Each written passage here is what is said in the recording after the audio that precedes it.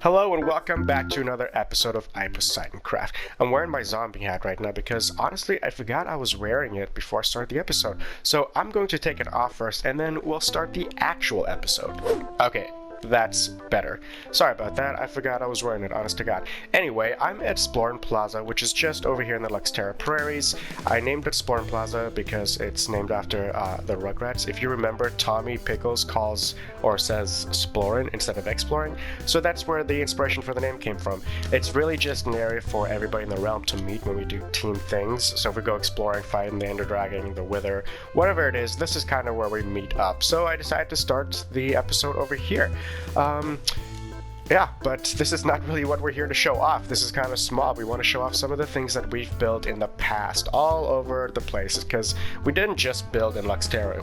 If you've watched some of our previous episodes, we have some roads that lead to different places. We've got Zephyr, the floating village, all kinds of different stuff. So I'm going to show you some of the things that aren't, big enough to have their own episodes, but, warrant to just be shown off, because a lot of people put a lot of work into these things. So we are going to start actually way over there at the village where the end portal is underneath. That was a complete accident. We didn't build a village on there. That just happens to be a village that spawned right on top of the end portal. So we're gonna go ahead and head over there right now with our rockets. Okay, so as you get through the desert, you're gonna come up to the ocean, and that's where the village is at. It's called Shaka Nasisi. I don't know why, that's just what I wanted to name it. And they're the guardianship because the end is in here, so they're kind of like the people that guard the end portal. This barrel somehow glitched out and is staying open, so I don't touch that anymore. Let's go check out this staircase. And the way I built the staircase, I know to you guys it might look like there's no rhythm or rhyme to it, but when we first got here we just dug downward to get to the end portal, and this staircase is the direction we took, and the size of the little fake tunnel that we initially made. So that's why there's really no actual reason to why the turns are the way they turn and where the inclines are at. It's just the way we first got in here. And once you get all the way down here, more often than not, there's a slime hanging out somewhere. You can hear it. Yep, hello. And boom. Then you go down this area and you find the end portal. It's actually pretty easy to get to. So it's not a burden at all, because I go to the end a lot just to get the pearls and keep it at that. In the end, we actually have a pearl farm. I don't know if I've showed you that, and I'm not gonna. So the next place I want to show you is Spruce Hill. As we go down Teramos Way, you might recognize some of these areas from previous episodes. We're not going to stop there because, again, they have their own episodes somewhere in the playlist. So go ahead and go watch them if you haven't yet. We're going to go ahead and go all the way down this pathway, and then at the top of the hill, at the end of this pathway, you're going to see Spruce Hill. It's a village that me and another player built just on the whim because we wanted to have a village over at the end of this long road, because what's the point, why have a long road lead to nothing? So we've got a little safe house over here for any player that might come by, but up this road we have the actual village. It is obviously kept safe by an iron door so nobody gets out, and inside an iron golem so nobody gets killed inside. Oh, look, we interrupted him in the middle of a meeting. Sorry everybody, I didn't mean to come at this bad time. He was an accident. He actually spawned because I had placed a bed over here so I could sleep at night, and the second that I got up from it, two of these villagers bred. So yeah, there was a little baby running around immediately. This is really it for Spruce Hill. It's not a very big village, and it's not really meant to be a big village. Again, the only reason it was built is because we wanted to have something at the end of Teramos Way. So with that being said, I say we head on out and check out the next thing, and that's actually a long forgotten player's build. Travis, if you're watching this, we miss you. We want you to come back. Please finish your build, please. You know what, really quick before we go to Travis's build, I want to show you the Flower Prairie, which is protected by NAPA, which is Luxterra's Nature Animal Protection Agency. I'm going to show you NAPA and a bunch of other stuff in an episode later on where we kind of give you a big tour of the updated Luxterra. So yeah, this is the protected lands, the Bumble Prairie and the Ivy Swamps. It's actually pretty fun to walk through. That was the whole point of it, is just to have something nice and relaxing to walk and run through. Obviously don't do it at night because mobs spawn here. There is no lighting. It's just flowers. Okay, enough smelling the roses. Now I'm going to show you Hermits Hillside. This is the build of one of our players who has all but abandoned us. Again, we miss you, bud. Hope you come back. This is a nice house you started. We want you to finish it. Anyway, this is the main area that he has made, and kind of his like start to his build. He's got this little mining area over here though that he's kind of dug out and then put some stairs into it. It's actually really cool.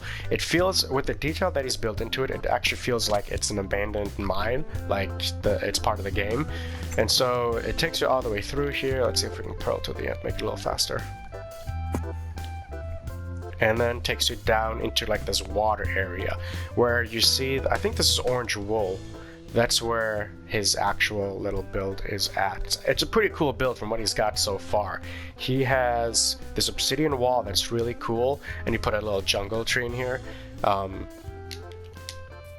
Building the treehouse, really cool. But this obsidian wall really adds a nice touch to the rest of the build. I like it a lot when I first saw it, and I really like the way that he first started building this treehouse. Just the glass and birchwood really complements itself, and then he brought in all of this here.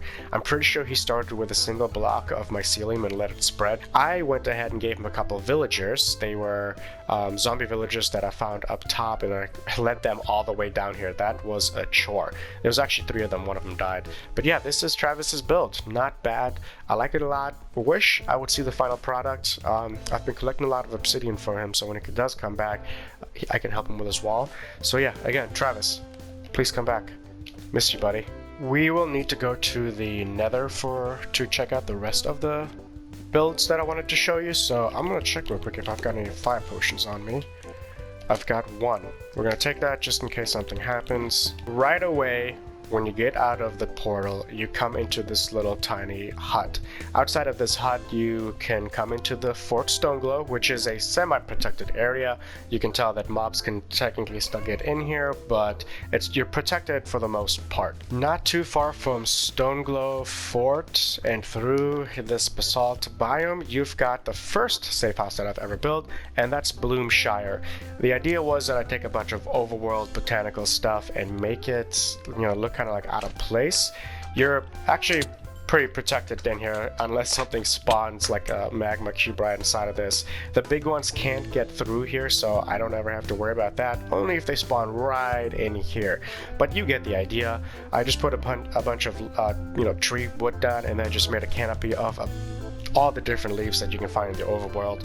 Made some bushes, put vines down, a lot of different flowers. Just try to make it look like it's alive in the middle of, one of the most dead looking spots in the entire game. Again, I put clocks in all my builds, even though the Nether doesn't have time, and that's why it's kind of freaking out, because it's technically hell where there is no day and night. Right outside of Bloomshire and down this bridge, you go through a couple tunnels, and we'll get to our next safe house. Like I said, a couple tunnels later, and we reach this warped forest biome, which is where the Endermen live, and Acewood is right here. Acewood safe house, boom.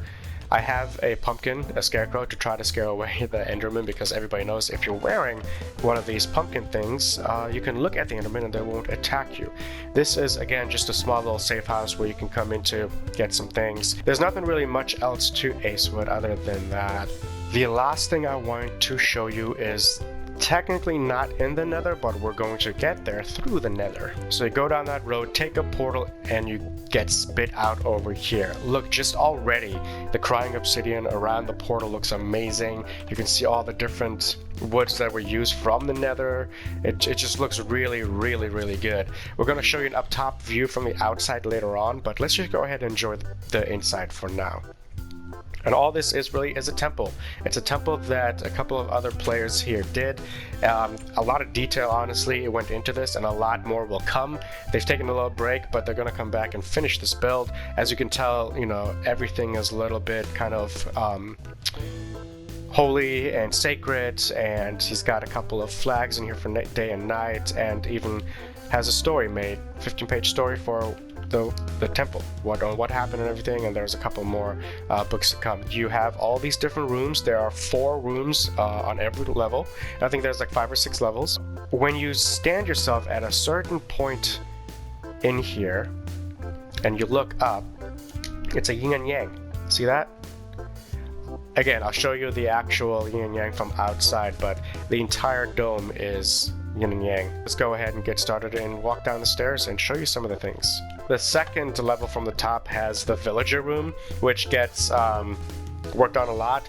We're not sure why. A lot of these villagers died or just despawned or disappeared, and so they have to keep restarting and doing this over and over again. But this is really the only other thing that's on the second level, or really on any other levels. We do have like a smelter room in there. I think they built that, and some storage areas. Oh my gosh!